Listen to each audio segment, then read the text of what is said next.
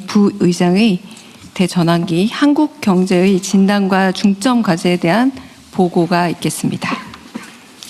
네, 부의장 김성식입니다. 오늘 대통령님께서 자문회의를 직접 주재해 주신 데 대해 매우 감사하고 뜻깊게 생각합니다. 정성을 다하고 계시는 장관님들, 비서진 여러분께도 경의를 표합니다. 시작하겠습니다. 아시다시피 이 전쟁 끝나도 끝난 게 아닙니다. 10개월 전 이재명 정부가 출범했습니다. 민주주의 위기를 극복하고 경제 반전에도 성공했습니다. 그런데 지금 외부로부터 거센 충격이 밀려오고 있지만 반드시 극복하고 또 우리 대한국민의 DNA처럼 한 단계 더 올라설 것이라고 확신합니다. 호르무즈 해협, 잘 아시다시피 안전통행해협에서 차단기와 톨게이트로 바뀌고 있습니다. 미국은 전쟁을 하면서도 계산기도 두들기고 있습니다. 이렇게 바뀌고 있는 국제질서, 이 비상경제 상황의 세부 과제는 박원주 자문위원께서 발제해 줄 예정입니다. 저는 비상시기가 길어질 것이기 때문에 조세, 재정, 외환, 채권시장 등 여러 분야에서 정책 여력도 같이 신경 쓰자는 말씀을 덧붙이고자 합니다. 나아가서 대한민국 경제 대전환의 실마리는 무엇일까요? 지금은 열심히 일한다고 되지 않고 스마트한 혁신이 관건이 되고 있습니다. 과거 대한민국의 성공의 방정식이 이제 미래의 성공의 덫이 되어가고 있습니다. 부처별 계획은 있지만 어느 순간 국가 차원의 계획은 사라진 지 제법 오래되었습니다. 이제는 우리 공동체의 유연 전환 능력 그리고 관료적 규제 대신에 민간의 창의, 개별 부처를 넘어서는 국가적 전략의 오케스트라가 매우 긴요합니다. 새로운 경제 전략 어디서 출발할까요? 익숙함으로부터 결별하기, 제목을 이렇게 붙여봤습니다. 국제관계는 설명을 생략하겠습니다. 정부 주도, 요소 투입 중심, 패스트 팔로우 전략, 이제는 민간의 혁신 주도, 질적 성장, 그리고 분야에 따라서는 퍼스트 무버 경쟁으로 나아가고 있습니다. 나머지는 슬라이드를 참조해 주시기 바랍니다. 참조할 시간도 안 하고 지금 넘기고 있잖아요. 특히 좀 말씀드리고 싶은 이럴까 봐 제가 미리 얘기한 거예요. 감사합니다. 네. 네, 시간을 조금 시간 많이 있으니까. 네. 네. 중요한 문제라서요. 네, 밑에 있는 두 줄은 제가 조금 하겠습니다. 지금 잘하는 큰 기업 밀어주기가 옛날 방식이죠. 근데 지금은 미래 주도 혁신 벤처를 가꾸고 스케일하는 것이 제일 중요합니다. 중소기업 정책 그동안 규모와 매출액 중심으로 좀 보호 정책을 펴왔습니다. 과연 앞으로 계속할 수 있을까요? 업력 중심, 혁신 지원형 중기 정책으로 바뀌어야 될 것 같습니다. 다음 페이지에 정성들여 준비하신 건데 천천히 자세히 하세요. 알겠습니다. 다른 분들 보지도 저희 못합니다. 자문위원님도 좋은 토론을 많이 준비했기 때문에 또 이해해 주십시오. 네, 근로자에 대한 보상도 다시 좀 생각해 보셔야 되는데요. 그동안 근속 중심의 보상 체계였습니다. 과연 이게 인공지능 시대에 유연 글로벌 경쟁 시대에 맞습니까? 생산성과 역량 위주 보상으로 바뀌어야 되고 유연성과 이동성이 중시되어야 합니다. 그동안 너무 평균주의적이었습니다.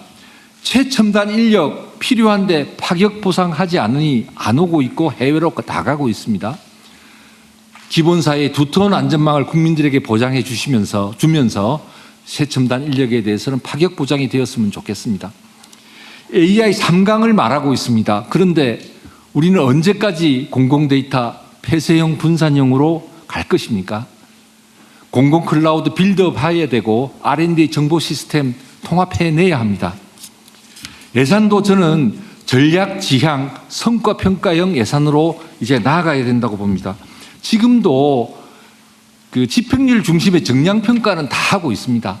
그러나 정성 평가, 질적 평가 조금 더 많이 하고 강화해서 지출 개혁의 기준도 삼고 예산의 효능감을 높이는 방향으로 가야 한다고 저는 생각합니다. 국민경제자문회의 중점 과제에 대해서 말씀드리겠습니다. 무엇보다도 성장 잠재력과 생산성 저하를 반전시킬 킹핀 찾아내겠습니다. 국민성장펀드 150조, 그중에 50조를 혁신 벤처 스케일업 투자로 돌리자는 저희 자문 의견을 정부가 수용해 주어서 대단히 의미 있게 생각합니다. 인공지능에 대해서는 저희 국민경제자문회의는 경제, 사회 정책에 미치는 영향을 중심으로 특히 AI 에이전트 시대가 가져오는 변화에 주목하여 정책 가제화하겠습니다. 청년 이슈, 지금 저희는 미래세대 정책자문단을 거의 이제 구성을 완료하는 단계입니다. 현장의 목소리로 정책화하겠습니다. 지역 이슈, 그동안은 공공기관 이전 중심이었는데요. 이제는 이번에 새만금 사례에도 잘 드러났듯이 앵커기업, 문화인프라, 기업 혁신 생태계 중심으로 지역 성장 전략이 마련되도록 준비하겠습니다. K자 성장 그늘지대와 민생 접점에 대해서도 기존 안전망 유지의 접근을 넘어서 평생교육과 직업훈련 체계를 대혁신함으로써 트램플린도 강화될 수 있도록 저희가 정책을 만들 수 있도록 노력해 보겠습니다. 경제안보 관련해서는 다음 장표를 중심으로 말씀드리겠습니다. 전략국가 코리아의 비전과 대체 불가성에 대해서 한번 생각해 보면 좋겠습니다.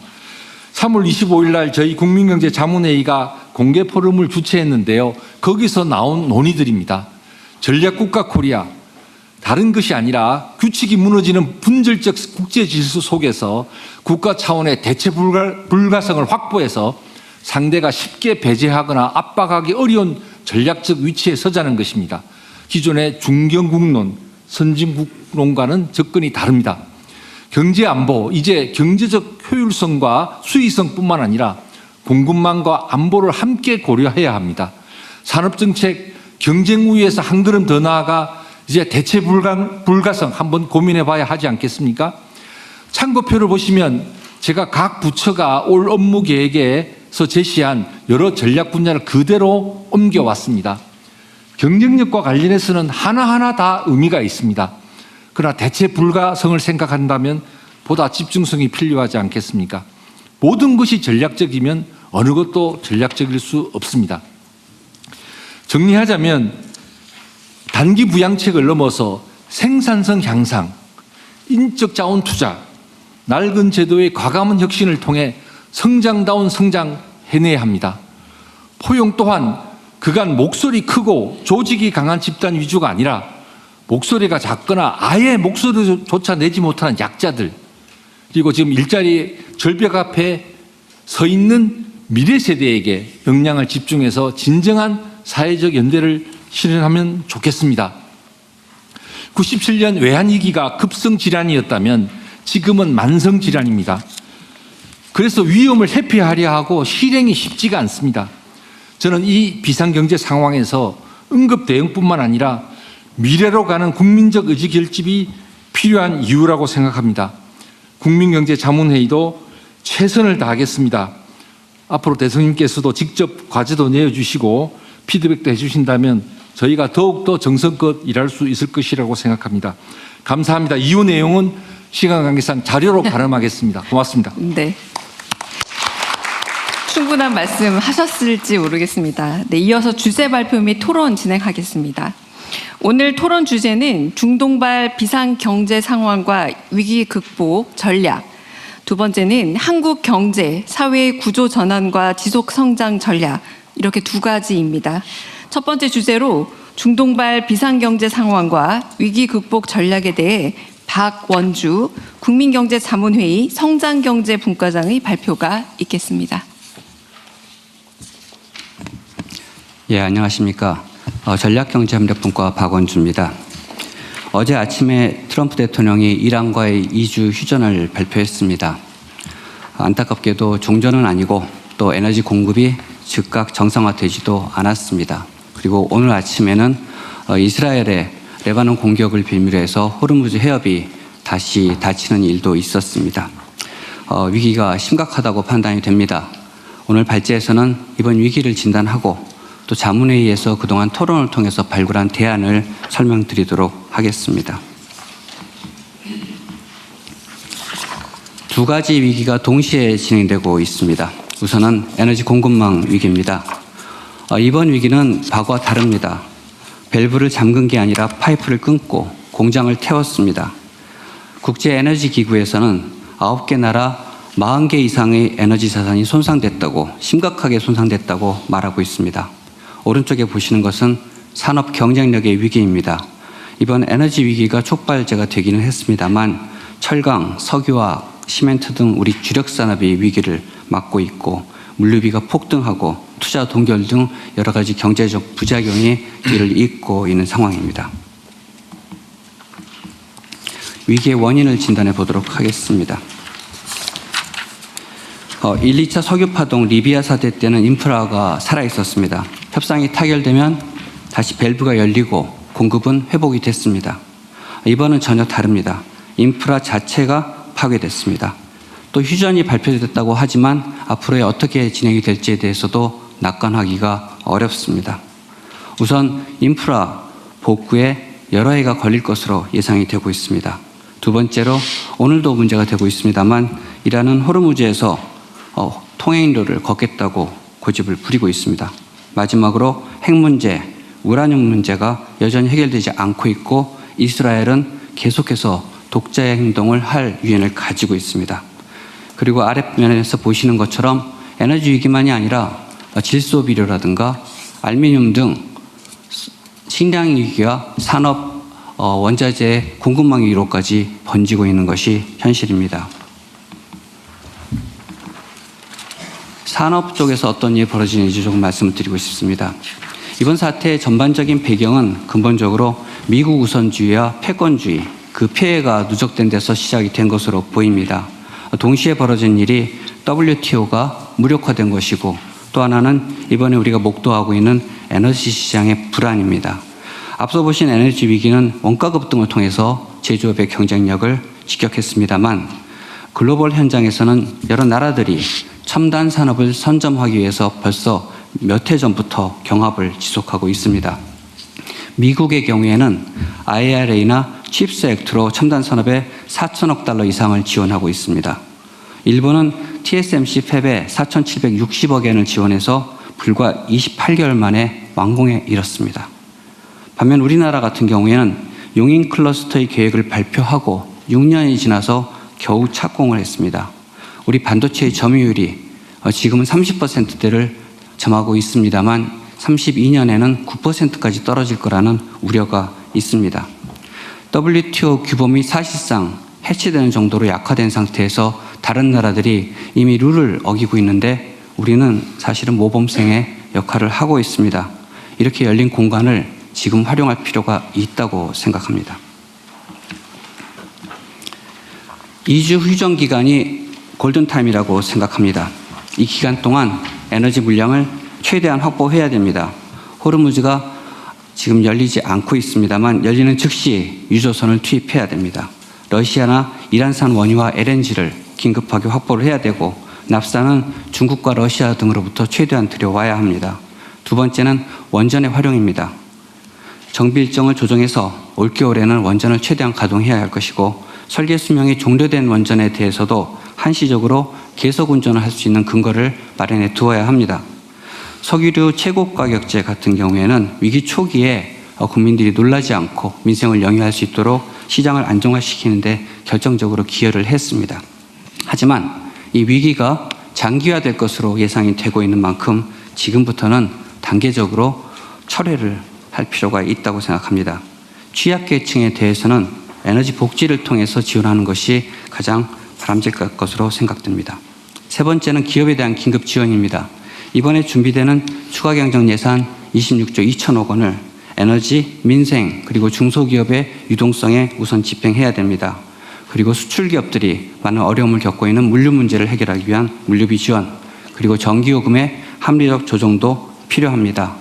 그 외에 호주 같은 나라에서 시행을 하고 있습니다만 대중교통의 한시 무료화도 이제 생각해 볼 필요가 있지 않나 생각하고 있습니다. 중기대책입니다. 정유설비의 유연화가 우선되어야 합니다. 임시투자 세액공제를 비중동산 원유를 처리할 수 있는 설비를 개조하는 데 파격적으로 적용해 줄 필요가 있습니다. 지금 우리나라는 중진류 중심의 처리 설비를 갖고 있어서 미국이나 기타 경진류를 생산하는 나라로부터 들어오는 원유를 처리하는 데는 대단히 불리합니다. 인도네시아, 말레이시아, 베트남, 호주와 같은 나라들은 호르무즈를 완전히 우회하는 경로입니다. 이쪽으로부터의 원유 확보에도 신경을 써야 됩니다. 전략 비축은 120 이상으로 확대하고 싱가포르의 암굴 비축 시설에 우리 자체의 해외 거점을 만들어서 위기 시에 7일에서 10일 이내에 들어올 수 있게 하는 것도 필요합니다. 해외 자원 개발이 사실은 여러 정부의 아픈 손가락이었습니다만 지금까지의 단순 채굴이 아니라 현지에서 고부가 가치화까지 할 수 있게 하여 현지 정부도 도와주고 또 그것이 우리에게 오프테이크 권한으로 이어져서 필요할 때 언제든지 들어올 수 있는 그런 형태의 상생형 자원개발 협력으로 전환해서 확대해야 합니다. 동맹은 원칙, 에너지는 예외, 이런 방식으로 우리 에너지의 기조를 좀 바꾸었으면 합니다. 1973년에 우리나라는 서방과 한몸이면서도 친아랍 선명을 발표했습니다. 일본의 경우에는 사할린2 가스전을 동맹에 협력을 하면서도 확보하는 노력을 계속했습니다. 동맹 안에서도 에너지는 실용적 예외를 만들어야 합니다.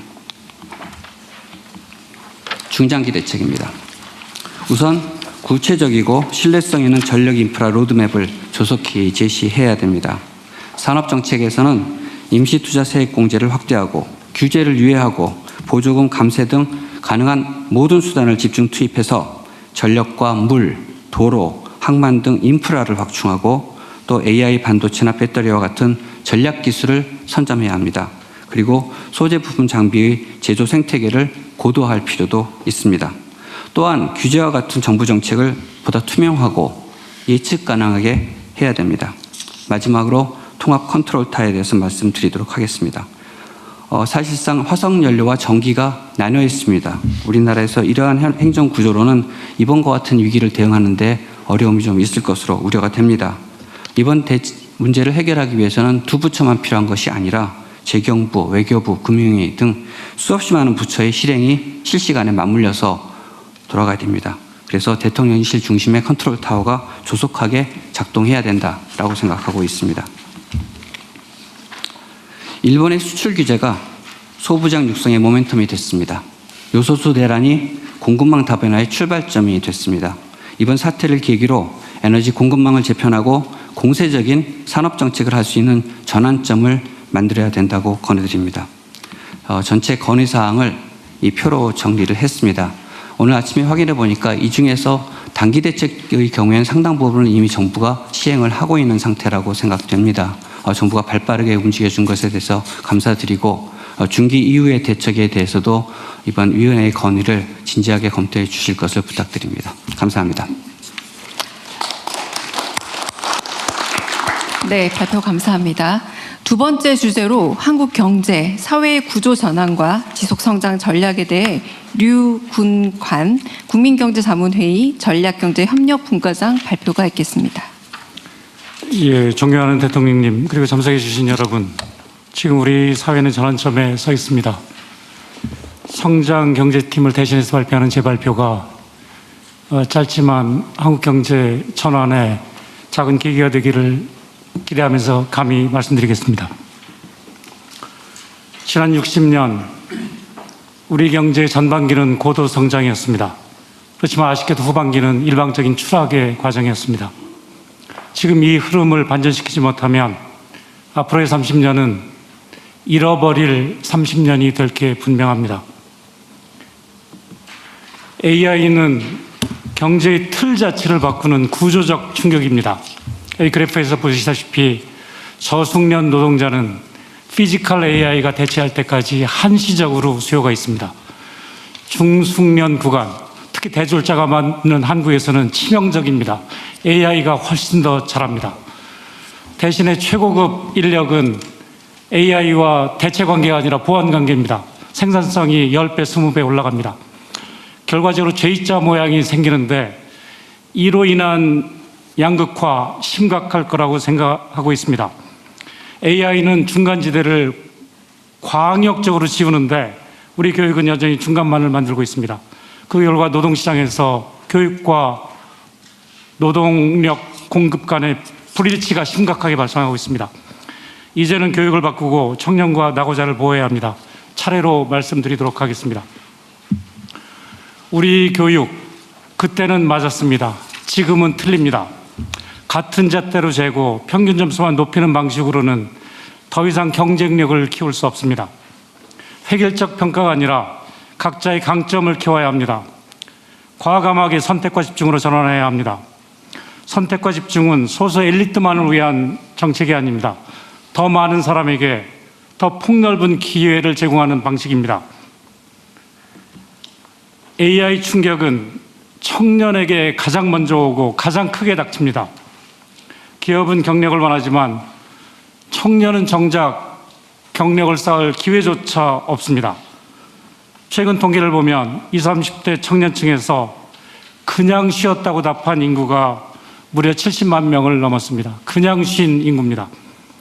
이제는 교육과 일을 직접 연결하고 그 연결 비용은 사회가 함께 부담해야 합니다. 청년층 대상 고급 직업 훈련을 전국으로 확산해야 합니다. 지도상으로 수도권에서 먼 지방은 빠르게 인구가 줄고 있습니다.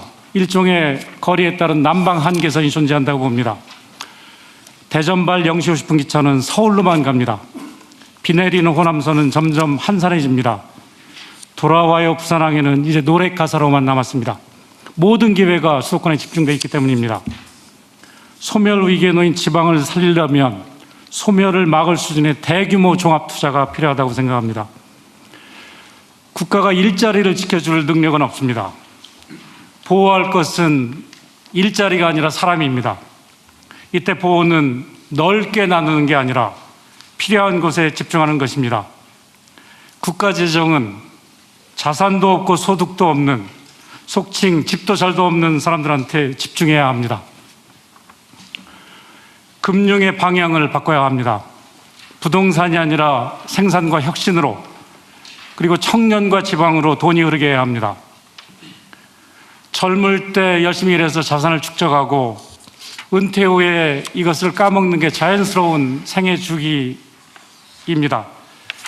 현재 축적된 자산이 유동화되지 못하고 있습니다. 이유는 여러 가지가 있겠습니다만 하루빨리 주택연금을 실질적으로 활성화해서 적어도 주택에 있는 노인의 빈곤 문제는 스스로 해결하는 걸 국가가 도와야 하지 않나 생각합니다. 현재 60세 이상 노인이 보유한 주택은 600만 호가 넘습니다. 이 주택들이 향후 27년에 걸쳐서 주택 유통시장에 나온다 그러면 유통 물량이 평균적으로 연평균 17만 호 이상 나오게 됩니다. 안 나오는 게 문제입니다. 주택연금은 그나마 집이라도 있는 노인에 대해서는 빈곤을 스스로 해결할 수 있도록 정부가 돕는 장치입니다. 그런데 현재 가입자 수는 15만도 안 되는 것으로 알고 있습니다. 동시에 주택의 잠재 공급을 시장의 실제 공급으로 전환하는 다목적 장치이기도 합니다. 청년과 지방 문제는 서로 복잡하게 얽혀 있습니다. 따라서 이 문제는 개별 부처가 각각 풀 수 없습니다. 반드시 함께 풀어야 합니다. 부처 칸막이에 갇힌 데이터를 지금처럼 방치해서는 어떤 정책도 함께 작동할 수 없습니다. 동시에 부처 이기주의를 막을 수도 없습니다. 개별 부처의 정책이 정작 수요자인 개개인과 개별 기업에 어떤 영향을 미치는지를 보려면 연결된 데이터로 봐야 보입니다. 이제는 데이터를 흐르게 해야 합니다. 이때 개인정보는 세계적인 암호기술로 보호하면 됩니다. 현 정부는 감사하게도 역사상 처음으로 국가데이터처를 집행 부처로부터 독립시켜 주었습니다.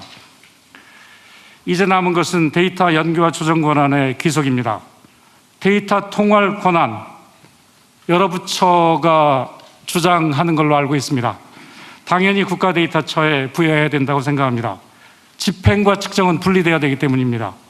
참고로 조선왕조실록은 왕권으로부터 분리돼서 기록됐습니다. 그래서 힘이 있었습니다. 마무리하겠습니다. 청년이 좌절하면 미래가 없고 지방이 무너지면 대한민국이 없습니다.